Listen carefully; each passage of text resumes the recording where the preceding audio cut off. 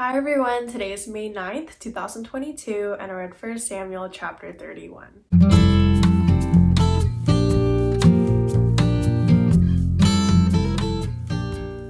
1 Samuel ends on a very sad, bitter note.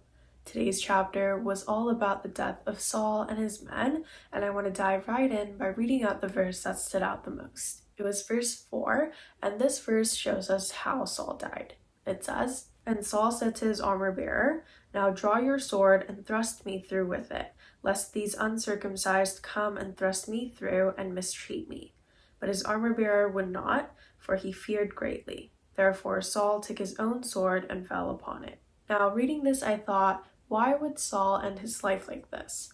And I think it all comes down to the sense of control Saul lacked in that moment. The Philistines were after them, and rather than having faith in what God can and will do, Saul was completely consumed by fear. He was so scared of mistreatment and humiliation that he finally decided to take it all into his own hands. Throughout the book of 1 Samuel, there was a constant contrast between those with and without faith, and David and Saul were used as the prime examples. Both these individuals were placed in extreme life or death situations, and we were given the opportunity to see what it looks like to trust in God at all times. In my life, and in yours too, we're going to have so many more hardships and unexpected changes that await.